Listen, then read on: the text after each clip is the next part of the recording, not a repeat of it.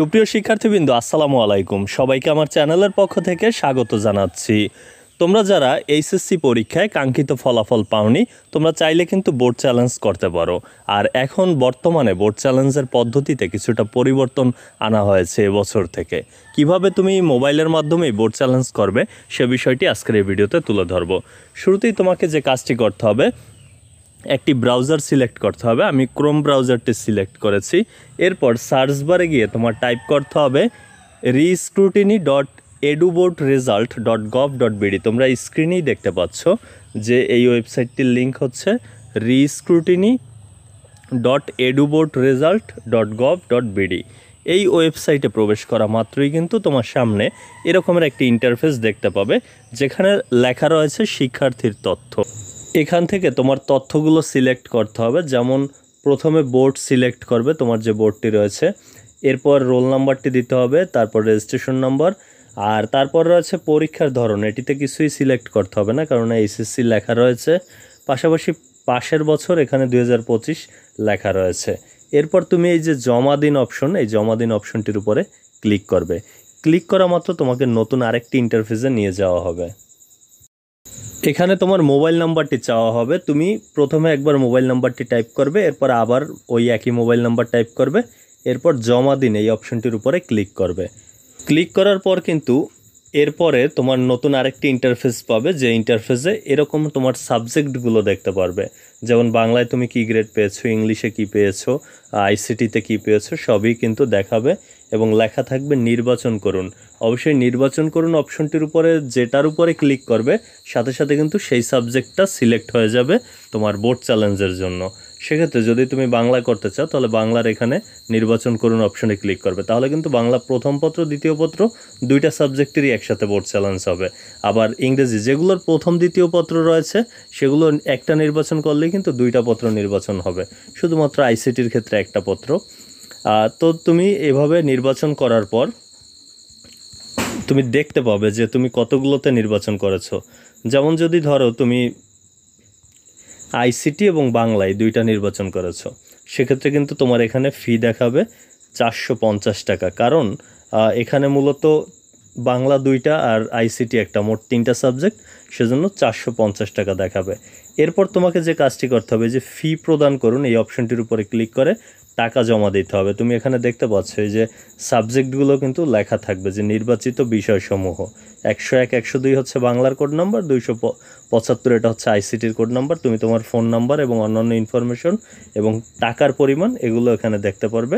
এরপর ফি প্রদান করুন ওই অপশনটির উপরে ক্লিক করে কিন্তু তোমার ফি জমা দিতে হবে। এরপরে কিন্তু আরেকটি অপশন আসবে যে জমা দিন। আর তুমি যদি চাও যে এই তথ্যগুলো মুছে ফেলবে, আবার নতুন করে আবেদন করবে, তাহলে এই মুছে ফেলুন অপশনে ক্লিক করার পর আবার নতুন করে তুমি যে যে সাবজেক্টগুলো চয়েস দিতে চাও দিতে পারবে।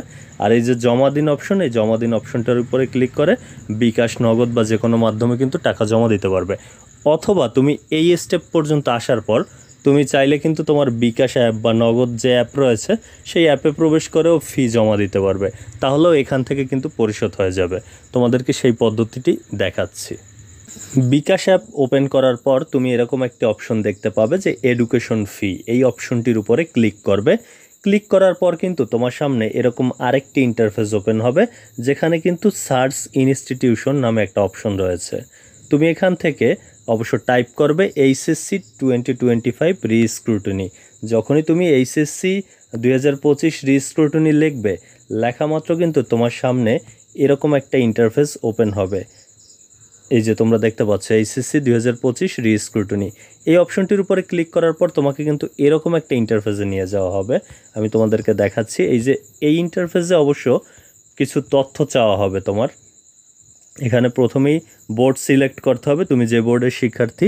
তারপর তোমার পাসিং ইয়ার এখানে লিখতে হবে 2025 এবং রোল নাম্বারটি টাইপ করতে হবে। তোমার যে 6 ডিজিটের রোল নাম্বার সেটি টাইপ করার পর তুমি জাস্ট এখান থেকে ট্যাপ টু কন্টিনিউ এই অপশনটির উপরে ক্লিক করবে। ক্লিক করা মাত্র কিন্তু তোমাকে এরকম আরেকটা ইন্টারফেসে নিয়ে যাওয়া হবে, যেখানে তুমি তোমার রোল নাম্বার, বোর্ড এবং তোমার নাম কিন্তু দেখতে পাবে।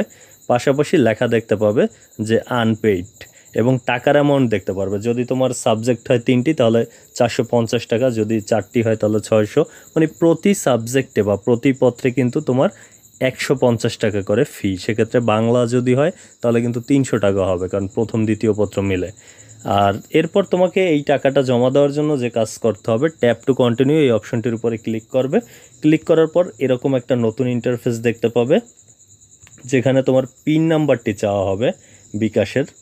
সেই পিন নাম্বারটি এখানে টাইপ করে দেওয়ার পর তারপরে আবার এই যে কনফার্ম পিন এই অপশনটির উপরে ক্লিক করবে। ক্লিক করা মাত্র কিন্তু তোমার সামনে এরকম একটা ইন্টারফেস দেখতে পারবে, যে তোমার কত টাকা ফি কাটবে এবং পরবর্তীতে ব্যালেন্স কয় টাকা থাকবে সেগুলো দেখাবে। এরপর ট্যাপ করে ধরে রাখা মাত্রই কিন্তু তোমার এই যে ফি জমা দেওয়ার কার্যক্রম শেষ হয়ে যাবে। তুমি চাইলে কিন্তু পে স্লিপটিও কিন্তু ডাউনলোড করে রাখতে পারো, যে তুমি যে টাকা জমা দিয়েছো সেই ইনফরমেশনগুলো চাইলে ডাউনলোড দিয়ে রাখতে পারো।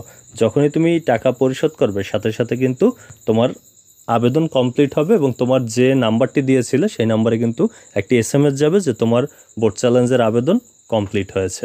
তারপর যখন রেজাল্ট দেবে তখন কিন্তু অবশ্য নীতিমালায় যেটি বলা রয়েছে যে ওই নাম্বারে কিন্তু রেজাল্ট পরিবর্তন হলে মেসেজ দিয়ে জানিয়ে দেওয়া হবে। যদি তা না দেওয়া হয় সেক্ষেত্রে তুমি যখন বোর্ড চ্যালেঞ্জের রেজাল্ট দেবে ওয়েবসাইটে প্রবেশ করে কিন্তু দেখতে পারবে তোমার রেজাল্ট পরিবর্তন হয়েছে কিনা। আশা করি বিষয়টি বুঝতে পেরেছো। এতক্ষণ সাথে থাকার জন্য অসংখ্য ধন্যবাদ।